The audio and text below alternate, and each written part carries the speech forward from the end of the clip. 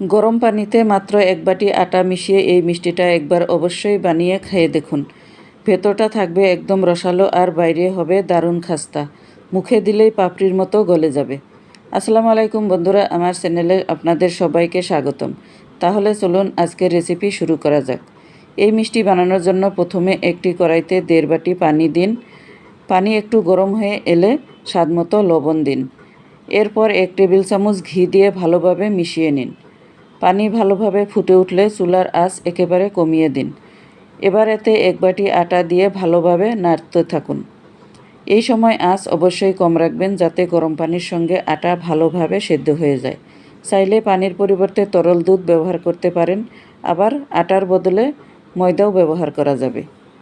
যখন দেখবেন আটার ডো নিজে থেকেই কড়াই ছেড়ে আসছে, তখন বুঝবেন এটি ভালোভাবে রান্না হয়ে গেছে। এবার এটি একটি অন্য পাত্রে তুলে নিন। একটু ঠান্ডা হলে হাত দিয়ে ভালোভাবে মথে নিন। এই ধাপে সময় নিয়ে ভালোভাবে মথে নেওয়া খুবই গুরুত্বপূর্ণ।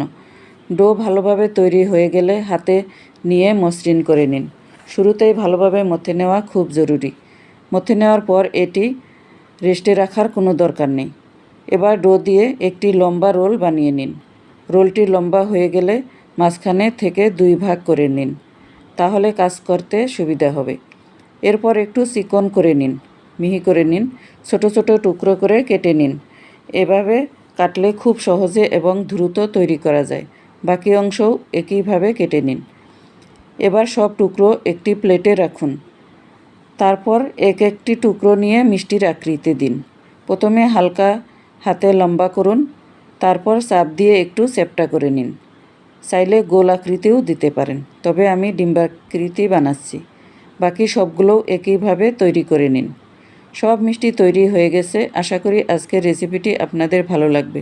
ভালো লাগলে ভিডিওটি লাইক, শেয়ার এবং কমেন্ট করতে ভুলবেন না কিন্তু।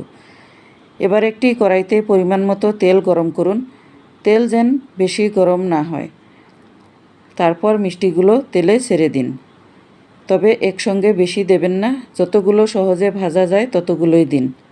কিছুক্ষণ পর দেখবেন মিষ্টিগুলো ফুলে উপরে ভেসে উঠবে। তখন উপর থেকে গরম তেল তুলে ঢেলে দিন। একটু পরে এগুলো আরও ফুলে উঠবে। এক পাশ হালকা সোনালি হয়ে এলে উল্টে দিন। শুরুতে এগুলো খুব নরম থাকে, তাই এক পাশ একটু শক্ত না হওয়া পর্যন্ত উল্টাবেন না। ভাজতে বেশি সময় লাগে না, অল্প সময়ে সুন্দর হালকা সোনালি রং হয়ে যাবে। বেশি লাল করবেন না। হালকা গোল্ডেন রং হলেই তেল থেকে তুলে নিন।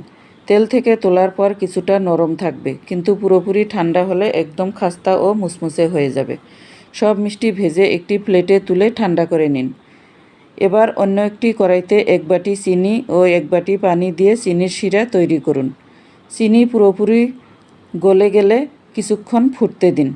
চাইলে সামান্য হলুদ ফুড কালার দিতে পারেন, এটি সম্পূর্ণ অপশনাল। এরপর সামান্য এলাচ গুঁড়ো দিন। শিরা একটু ঘন হয়ে এলে আঁচ কমিয়ে দিন। এবার ভাজা মিষ্টিগুলো শিরায় দিয়ে আলতো করে নেড়ে দিন। প্রথমে মাঝারি থেকে একটু বেশি আঁচে 1 মিনিট ফুটিয়ে নিন। এরপর চুলা বন্ধ করে মিষ্টিগুলো শিরা থেকে তুলে নিন। আপনি যদি আমাদের চ্যানেলে নতুন হয়ে থাকেন, তাহলে অবশ্যই চ্যানেলটি সাবস্ক্রাইব করে আমাদের সঙ্গে যুক্ত হয়ে যান। মিষ্টিগুলো পুরোপুরি ঠান্ডা হয়ে গেছে। এবার একটি ভেঙে দেখাচ্ছি।